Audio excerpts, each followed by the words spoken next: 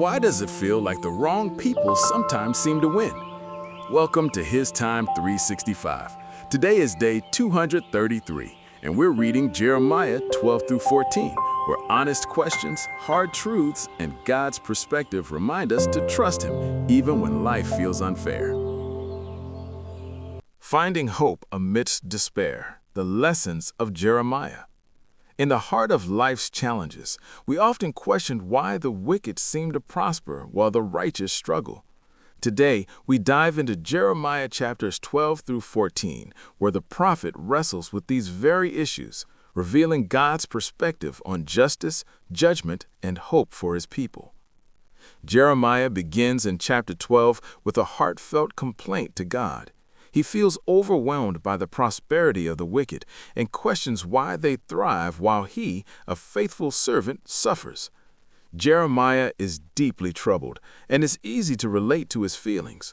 We all have moments when it seems like the unfairness of life weighs heavily on us. In verse 1, he expresses his confusion. Wherefore doth the way of the wicked prosper?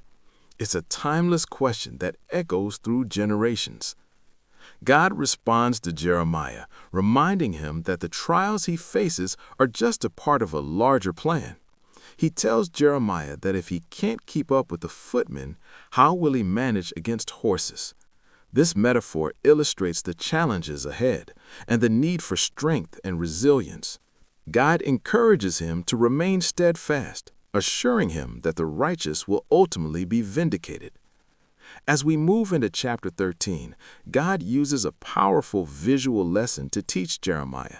He instructs him to buy a linen girdle, wear it, and then hide it by the Euphrates River. When Jeremiah retrieves it later, it's ruined. This symbolizes how God's people, like the girdle, were intended to be close to Him, but have become corrupted and unfit for His purposes. It's a stark reminder that we need to be mindful of our spiritual state. In our own lives, we can liken this to the choices we make daily.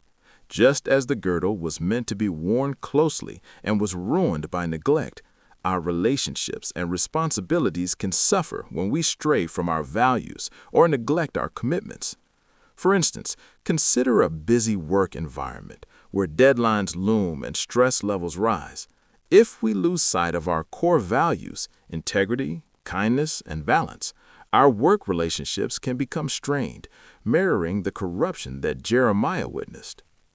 Continuing in chapter 14, we see a desperate situation facing Judah. A severe drought has struck the land, and the people are crying out to God in anguish. They recognize their sins and plead for mercy, yet they face the dire consequences of their actions. In verse 7, they admit, "Though our iniquities testify against us, do thou it for thy name's sake." This plea reflects a deep yearning for restoration despite their failings. This scenario resonates with many of us today. We often find ourselves in situations where we feel the weight of our mistakes, whether it's financial mismanagement, strained family dynamics, or challenges with mental health. Just as the people of Judah sought God amidst their suffering, we too can turn to Him in our moments of crisis. If we've mismanaged our finances, for example, it might be time to seek guidance, reassess our priorities, and seek forgiveness, just as the people did. As the chapters unfold, we witness a profound truth. God desires His people to return to Him, to recognize their need for His guidance. In our modern lives, this might mean reevaluating the digital spaces we inhabit. Are they fostering connection and growth, or are they leading us away from our values? Just like the people of Judah, we must acknowledge the areas where we've strayed and take steps to realign ourselves with God's purpose.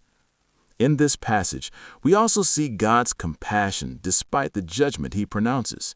He longs for His people to turn back to Him, demonstrating that no matter how far we stray, there's always an opportunity for redemption. It's a beautiful reminder that our past does not define our future. We can always choose to seek a better path. As we reflect on these chapters, the overarching theme is about resilience, repentance, and hope. Just as Jeremiah faced trials and questioned God, we too can bring our struggles to Him. Whether it's in our personal lives, workplaces, or relationships, God invites us to seek Him amidst the chaos. He promises that those who remain faithful will be rewarded. Even in our darkest moments, God's hope shines through. We just need to seek Him. Have you ever felt like the wicked prosper while you struggle? How did you respond?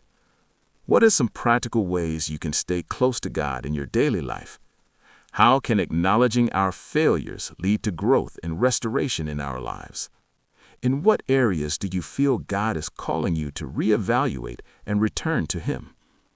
How can we support each other in our journeys of faith and repentance? Thanks so much for joining me today for HisTime365. Remember, today's reading is Jeremiah 12 through 14, so be sure to spend some time with those verses during your quiet time. Tomorrow, we'll be diving into Jeremiah 15 through 17, so feel free to read ahead if you'd like to prepare. If you enjoyed this time together, don't forget to like, subscribe, and tap the bell so that you never miss a day on this journey. I'll see you back right here tomorrow for day 234. Until then, stay encouraged, and thank you for giving God His time today.